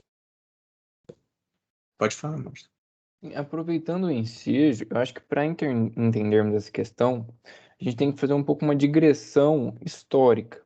Por exemplo, quando Ervada fala que Aristóteles foi o primeiro autor a reconhecer esse realismo jurídico clássico, ele definiu que no direito político, ou seja, da polis, não num político que a gente tem no sentido atual, mas sim direito da polis, existe vigente o direito natural e o direito legal. E ao estabelecer que existe o direito natural, Aristóteles vai falar também que ele não é opinativo e não é uma opção livre. Ele é universal. E existe o justo natural e o justo legal, são duas coisas diferentes. O que os juristas romanos vão fazer um período posterior é pegar o direito primitivo, o direito rígido e formalista, que era do Corpus Iuris Civilis, do Jus Civili, e quando eles começam a ter as relações com os estrangeiros, quando eles começam a conquistar esses espaços, eles têm que usar dessa razão natural para usar de elemento civilizador e integrativo, como diz Ervada. Então, eu entendo que esse direito natural seria um bom senso. Seria um bom senso. E desenvolvendo essa teoria do direito natural junto com o direito positivo, com o direito natural servindo de núcleo para um direito positivo, os juristas romanos nos explicam que um fato civil ele não pode alterar um direito natural, somente direitos civis. E esse conceito de direito natural como universal, ele tem dois sentidos. O primeiro é que ele está imposto a todos, independente de nacionalidade, independente de crença, de qualquer coisa. Ele está posto e ele tem que ser respeitado por todos. E, além disso, ele é um direito que é sempre bom e sempre justo, pois ele é natural e vem da lei eterna. E, apenas citando um jurista romano que se chama Gaio, ele, também fazendo parte dessa realidade jurídica, ele vai falar que os direitos civis, eles estão orientados para a utilidade, e o natural vai estar orientado para essa orientação exatamente de um dever ser, desse elemento civilizador e integrativo. E eu acredito que a partir disso a gente pode responder a pergunta, que independente da crença da pessoa ou do local que ela esteja, ela está sujeita aos direitos naturais, só que por ser pessoa, por ser humano, ela também está obrigada a respeitá-los. Então, eu acredito que seja essa um pouco da minha contribuição para essa questão. Só mais uma coisinha aqui, porque eu lembrei, eu achei o trecho aqui, então só queria ler, que talvez explique melhor o que eu tinha acabado de falar. De novo, sobre a questão de Tomás de Aquino, né, sobre a lei divina, ou a lei eterna e a lei divina, certo? De novo, o Michel Michabasti, deixa eu mostrar de uma, que o livro, né, Nascimento da Lei Moderna, e ele explica um pouquinho, vou mostrar de novo aqui.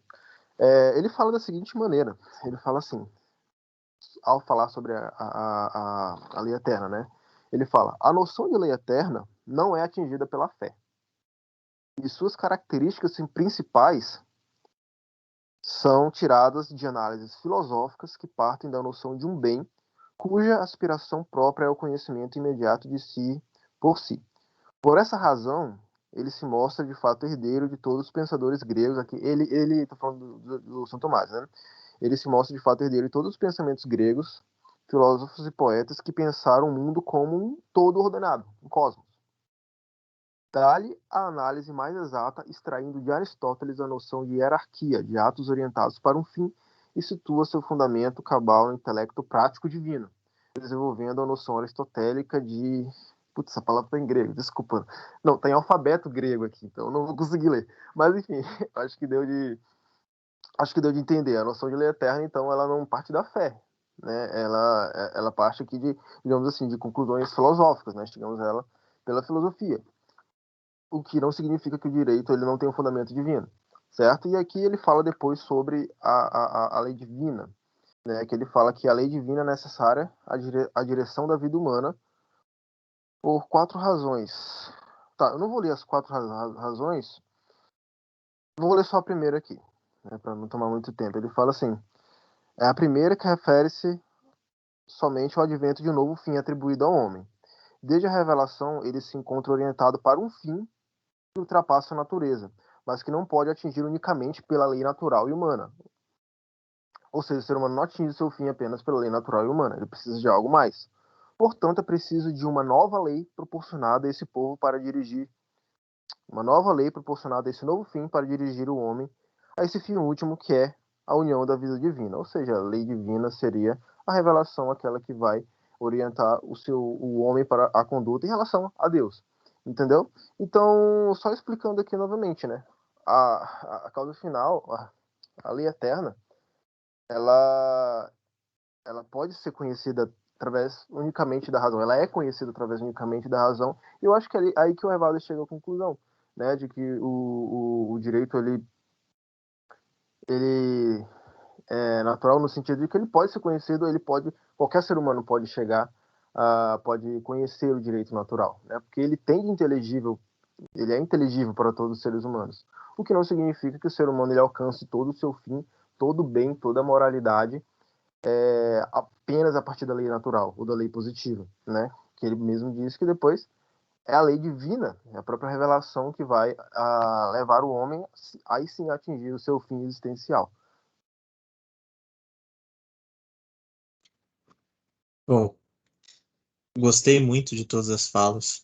Realmente, como foi juntando, eu peço perdão se eu acabar ignorando algumas das falas, alguns pontos. Então, acho interessante, durante minha fala mesmo, pode me parar e aí entra com aquilo que eu posso ter entendido errado, esquecido de mencionar, etc., do que vocês falaram.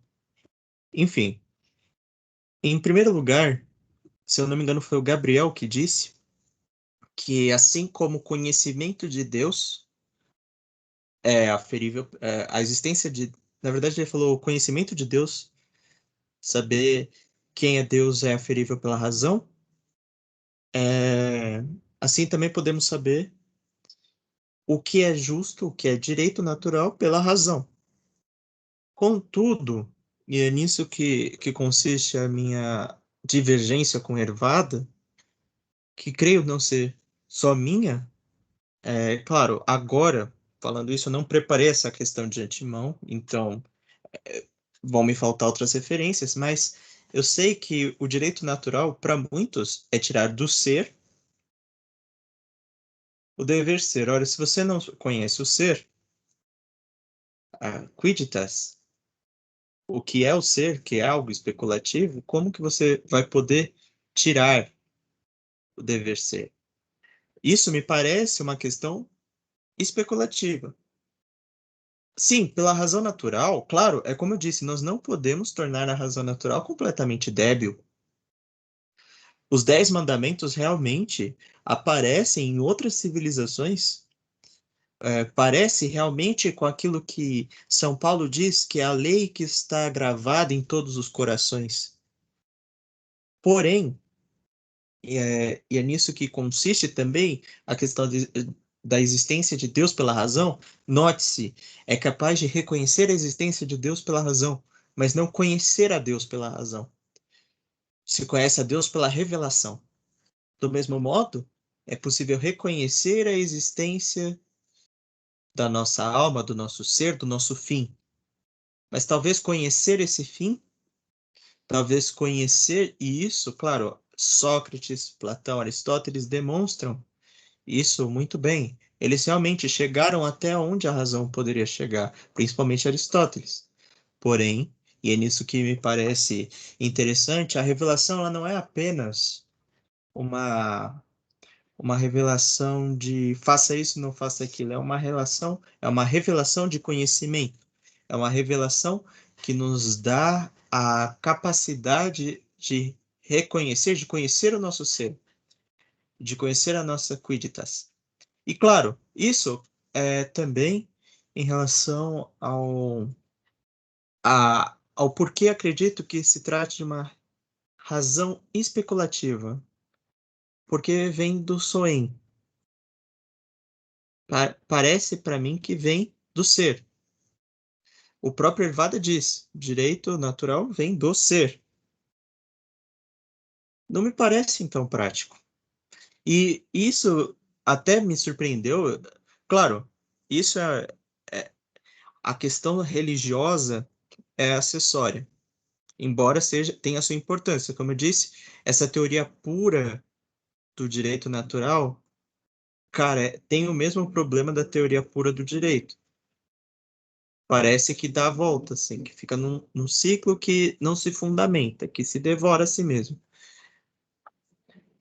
Como chegar numa consistência, numa coerência da, da realidade apenas pela razão natural? Seria possível? Apenas. E isso seria uma razão prática? Enfim. Outra questão que se colocou. Não parece que Hervada quer imanentizar o direito, tornar algo que se tem pelo contato direto e imanente dele próprio. Porque, concordo, seria um erro. Mas parece-me que é isso que Hervada traz. Inclusive, eu também, assim como o Ruiz, acho isso até um pouco contraditório com o que demais apareceu já nos outros capítulos. Parece que ele acaba caindo no mesmo erro que ele criticava, algo assim. Talvez, por isso que eu digo, isso são pareceres da leitura de agora. Realmente, como o Riz disse, talvez no próximo capítulo ele reitere e fale, então, sabe aquilo que eu apresentei no final? Então, aí completa, não sei. Não li toda a obra. Mas, neste capítulo que analisamos, ele diz, isso abro aspas, a razão é natural, porque observa e desvela direta e imediatamente o direito natural. Direta e imediatamente. Que é uma razão prática. Pela observação da pessoa humana. Isso está na página 371. Enfim, realmente é uma questão de... Porque, claro, ninguém duvida que a ética, a moral, o direito sejam realmente questões práticas, ciência prática, conhecimento Mas, prático. mas Guilherme, só para entender, por que isso seria antirreligioso? Eu acho que eu, pelo menos, Não, ainda não não seria ou não antirreligioso. religioso, ou religioso que seja. Seria laico, acredito. Por quê? Porque ele desvincula a necessidade de uma revelação, de um fundamento, ao menos, como eu disse neste capítulo, ele desvincula a necessidade de uma religião, uma necessidade de um dado revelado, de algo, de uma crença, de um pressuposto religioso. Ou seja, nós não precisamos de pressupostos filosóficos, nós não precisamos de pressupostos religiosos, culturais. Imediatamente obtemos o direito natural. É isso que ele diz, e é isso que também me mostra que, Mas aí não há um pressuposto filosófico de matiz clássico, né? As potências da alma captando o justo. na verdade, a questão do justo, realmente, aferir o direito natural, do modo como ele coloca, como sendo aquilo que se relaciona, que é próprio, que tem o título, que é seu pela natureza da coisa, isso vem do conhecimento da coisa. Ou seja, vem de uma razão que me parece mais especulativa. Claro que aí vem a prudência do jurisprudente, né, que nós já dissemos. Que aí é a função do jurista, apontar para aquilo que se deve fazer. Não é ele que faz a ação justa, ele mostra qual é a ação justa. Então, o que parece? Que ele trata o direito natural como algo que se obtém diretamente pela razão, de uma forma bem laica, de uma forma bem... É o que eu disse, me parece muito kantiano. Depois eu quero até dar uma lida novamente em alguns textos, porque isso me parece essa racionalidade kantiana, do tipo, a racionalidade por si, obtendo aquilo que... fazendo esses julgamentos. Fazer julgamento, para mim, me parece algo de razão, e fazer julgamento de acordo com o ser me parece especulativo. E a questão teológica, ela aparece, por quê?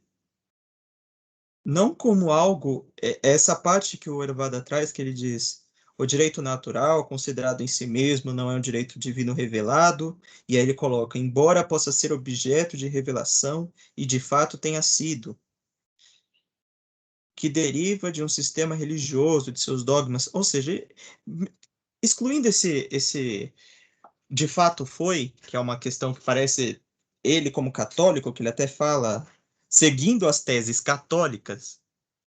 Então, tirando isso, vamos ler o parágrafo. O direito natural, considerado em si mesmo, não é um direito divino revelado, que deriva de um sistema religioso, de seus dogmas, crenças e convicções, não procede da razão teológica.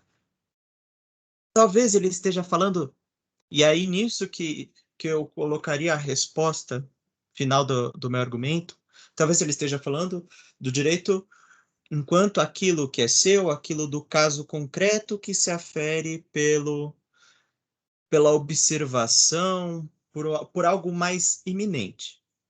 Mas aí ele não trata do fundamento. Parece que o fundamento, isso eu digo com muita atenção, parece, por isso que lemos, parece que o fundamento é meramente racional, completamente racional, iminente.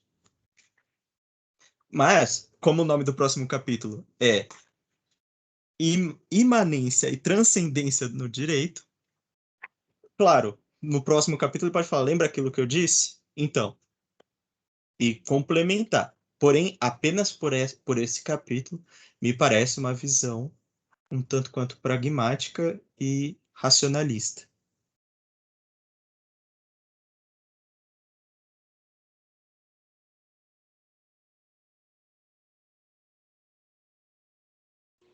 Alguém mais deseja contribuir no encontro de hoje? Última coisa aqui, é porque Claro. eu achei só a parte que o Erlado ele fala, exatamente no outro capítulo, né? Como eu falei, aqui ele vai fazer umas críticas justamente à imanentização do direito, jogando bastante na conta do direito natural moderno, né? E aqui na página 404 ele fala da seguinte maneira: o quid da questão reside em que, se toda a realidade provém de Deus, é preciso compreender em que sentido a realidade jurídica tem um fundamento último divino, e até que ponto pode-se dizer que o direito natural e o direito positivo derivam de Deus. É óbvio que, pelas posições ateias e agnósticas, o tema que estamos tratando nem sequer é exposto.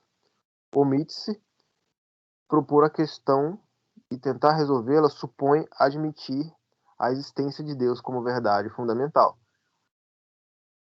Nestas páginas, parte-se deste pressuposto básico. Ou seja, ele está falando, né? Parte do pressuposto básico o quê? Do direito, da existência de Deus, né? Como verdade fundamental, fundamento do direito.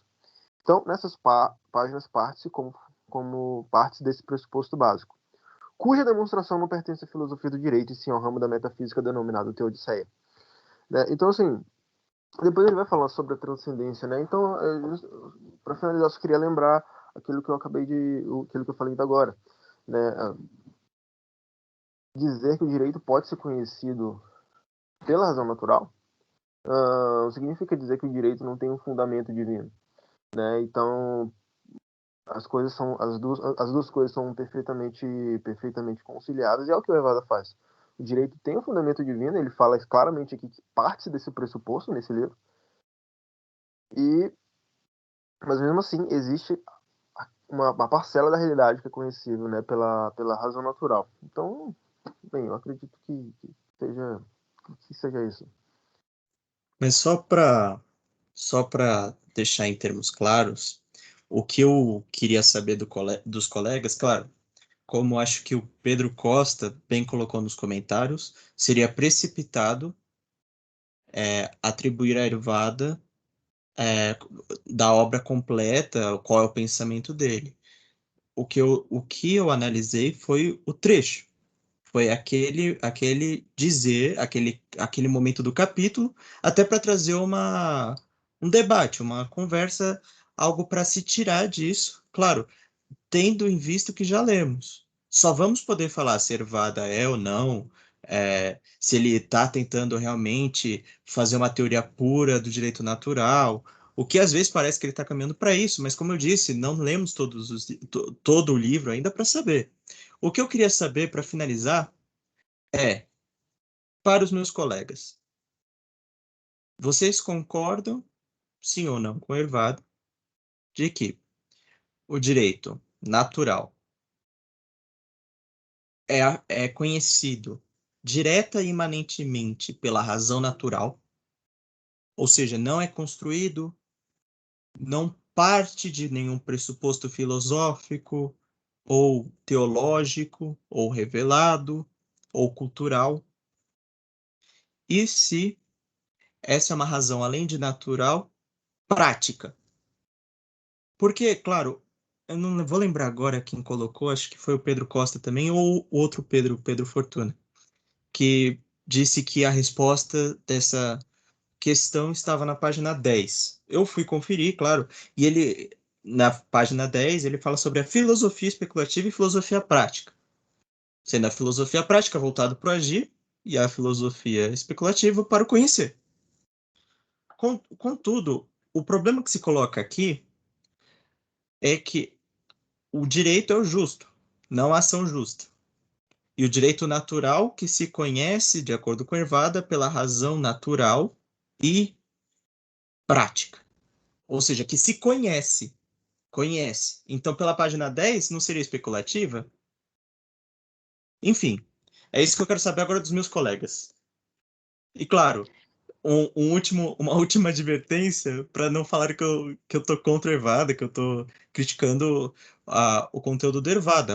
Claro que não.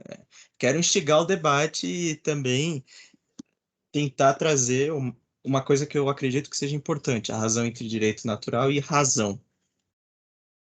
Acho que deixei bem claro agora. Guilherme, eu acredito que agora eu tenha pego o teu ponto melhor do que antes.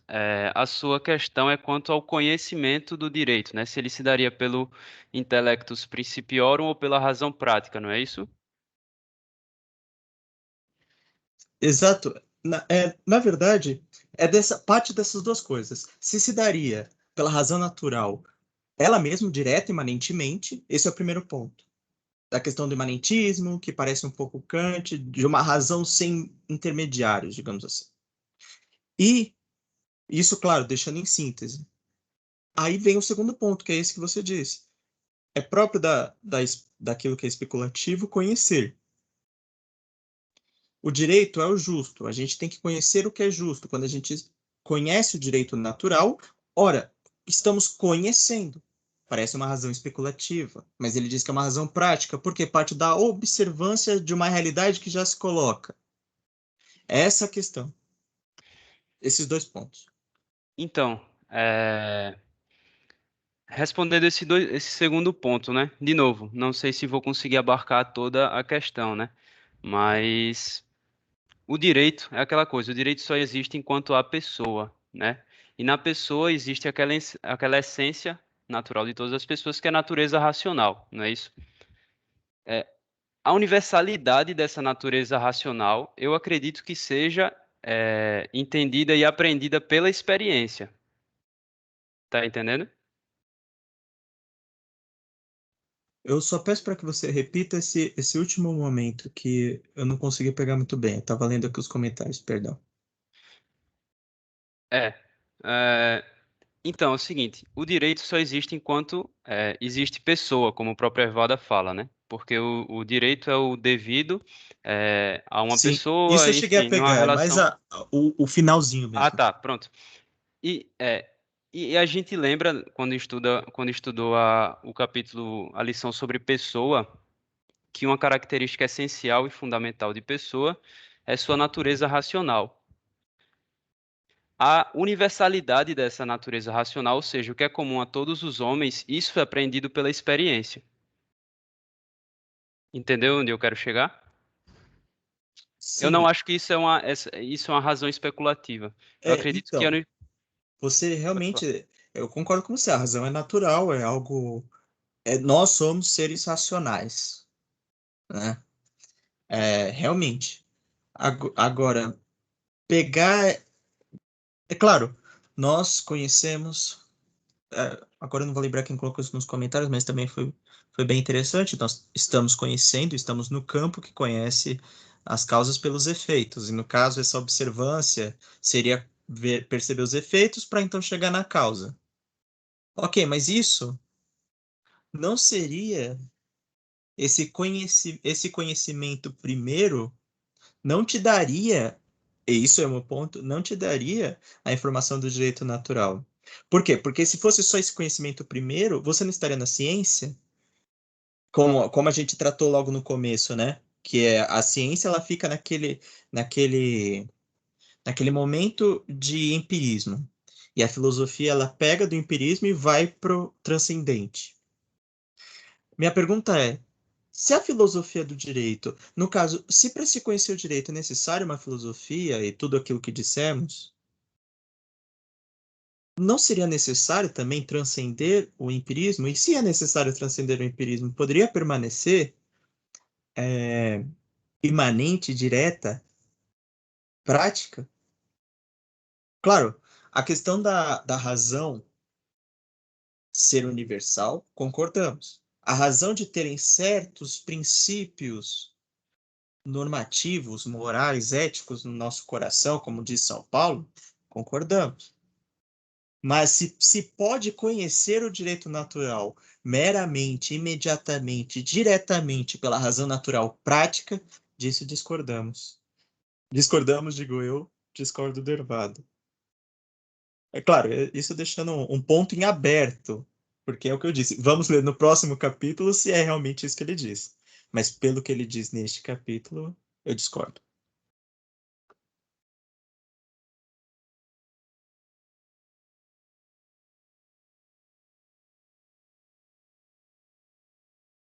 Bom, a gente poderia ficar no ping-pong aqui e complementando, isso seria muito enriquecedor. Mas eu acho que eu não vou começar a expor algum outro ponto, porque 00:05 já a galera tá Verdade. cansadíssima. Com certeza, eu tenho certeza que esse Mas fique debate à vai se vontade. estender. Fique à Eu tenho vontade. certeza que esse debate, Com essa certeza. conversa, vai se estender para o próximo capítulo, porque se Vai. trata exatamente da imanência. Eu tô curioso. Mas e o papel da metafísica, Guilherme? Porque ela não é religiosa. Sim.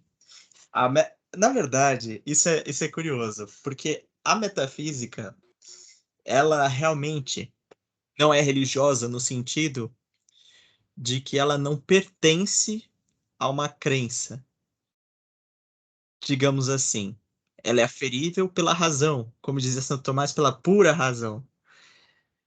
Agora, a metafísica, para ser completa, e é nisso que Santo Tomás supera Aristóteles em questão metafísica, ela necessita do transcendental, do ser. O ente é a essência. Exatamente. Então, realmente a metafísica, e esse é o problema da metafísica pagã, ela perde o fôlego num momento final, ela não consegue alcançar mais do que aquilo. Isso, claro, aí a gente entraria numa questão filosófica que também é muito interessante. Dos comentários à metafísica de Aristóteles por Santo Tomás de Aquino, nós percebemos que a metafísica, na verdade, ela é algo que realmente é aferível pela razão, mas te leva à religião, digamos assim, em termos bem sintéticos mesmo, bem resumidos, esquemáticos, mas seria o meu ponto. Não sei se o professor discordaria. Não, eu preciso pensar e ler o resto, né? Vou ser um pouco mais cauteloso. Bom, alguém mais quer contribuir? Sem nenhum medo? Fiquem tranquilos. É isso então? Guilherme, então você fecha a gravação, por gentileza, e depois eu faço o download e posto no YouTube. Perfeito. Próximo encontro. Se quiser dar uma última Não. despedida para encerrar o vídeo. Sim, pessoal, muito obrigado. Bom, não tem muita edição não, tranquilo, pode fechar. E aí com vocês a gente precisa